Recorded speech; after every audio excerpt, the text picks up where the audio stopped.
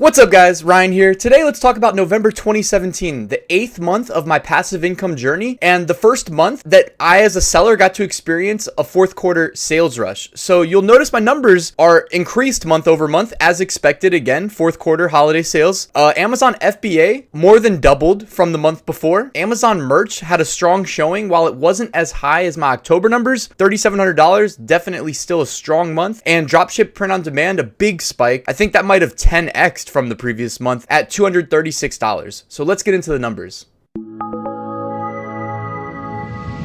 So Amazon FBA, I had almost 600 sales generating a little over $13,000 in revenue for basically $3,200 of profit at a 24% profit margin. That's damn good considering a lot of my SKUs were still relatively new. Now, I won't bury the lead. My most profitable SKU was that new product that I launched just last month. So I made $1,400 of profit from just that one SKU. My second most profitable SKU generated $1,280 of profit. And the other three FBA SKUs that I had stocked generated between $350 and $200 of profit. So consumer demand and reviews and Amazon's algorithm really kind of dictated where things ended up ranking in organic search results. And that heavily affected how well they sold. So also advertising really dictated how successful these products were. I was still paying to advertise all of them.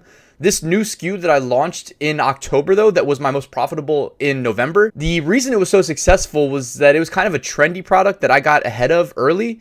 And the advertising costs really weren't that high on this product. So I was super lucky. Obviously these types of things tend to change over time, but if you're early, you can make a good bit of money being one of the first people to market with that product. I also wanted to just take this opportunity to tell you guys that I think this illustrates the importance of launching multiple products. You can do all the product research in the world, but you truly don't know what's going to be successful ahead of time until you've launched it and you see like how customers review it and how the overall competition is. And you should definitely research ahead of time where you can, like what the advertising costs are going to be.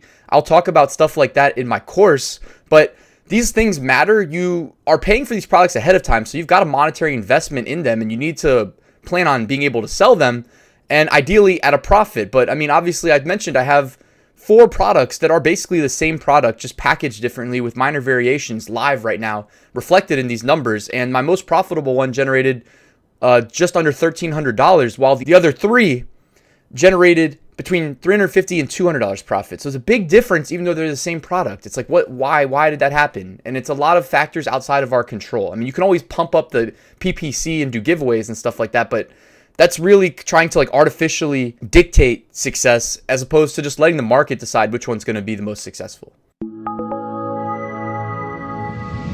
So Amazon merch did $12,000 in revenue on 660 sales for $3,700 of profit at $5.62 average royalty. Great numbers, strong month. I was definitely benefiting from the fourth quarter holiday sales rush. And I definitely also benefited from, you can see here, my most popular shirt, 163 sales for $1,172 in royalties. That was my same shirt that was selling really well from the month before in October. Again, I capitalized on a really hot trend. If you guys didn't watch my October 2017 income report, check that out if you want to know what that shirt was. I actually give you the niche. And I'll do some more in-depth videos about that whole experience and how I really capitalized on it and how I positioned it so well. Because there were some takeaways. It wasn't just by chance. I tried some new stuff, some new strategies that ultimately panned out really well. So ultimately though, merch did really well this month. Anytime you're getting 660 sales in a month, I probably only had 1,000 shirts live at this time. So that's a great number, especially the $3,700 in royalties. I'll take that all day. So I almost forgot to mention that I also was able to get into AMS, which stands for Amazon Marketing Services, which today in 2019 has been rebranded as Amazon Marketing. I was able to get an AMS account through Vendor Central, a trick that no longer works today. But what that allowed me to do was to advertise my Amazon merch listings. And if you're thinking, but why did you need an AMS account? You have a Seller Central Pro account from your FBA stuff. It doesn't work that way. With that, you can only advertise listings within your account. So listings that you're claiming to sell. If you wanted to, so there's a gap between Seller Central and Amazon merch. They don't communicate with each other. Merch doesn't know I have FBA stuff. FBA Seller Central doesn't know I have merch stuff. So in order to advertise my merch t-shirts, I had to get into AMS, which I did. And I experimented with some primarily headline search ads because those come at the very top of the search results, but also some product display ads and some sponsored product ads to get my shirts additional visibility. So dropship print on demand was a great month. I definitely benefited from the spike in fourth quarter holiday sales traffic. I had 55 FBM sales on Amazon and 2 eBay sales. All of them were fulfilled by Gear Bubble. So it was hands off. All I really had to focus on was constantly uploading new products, expanding my offerings, which I was doing all day, every day, probably averaging over 50 new products posted to Amazon each day. So while I was seeing some results finally because of the fourth quarter holiday sales traffic, I was also taking notes and imagining how much bigger my success would be the following year when, if I was able to do this upload strategy for another 365 days, I would have thousands more products available and my profit numbers should scale accordingly. So let's wrap up the November 2017 income report. In total, I made $7,400 of profit. Remember the distinction between revenue and profit. Lots of people on YouTube try to impress you with their revenue. You should not be impressed by revenue. You should be impressed by profit. Profit's much harder to make.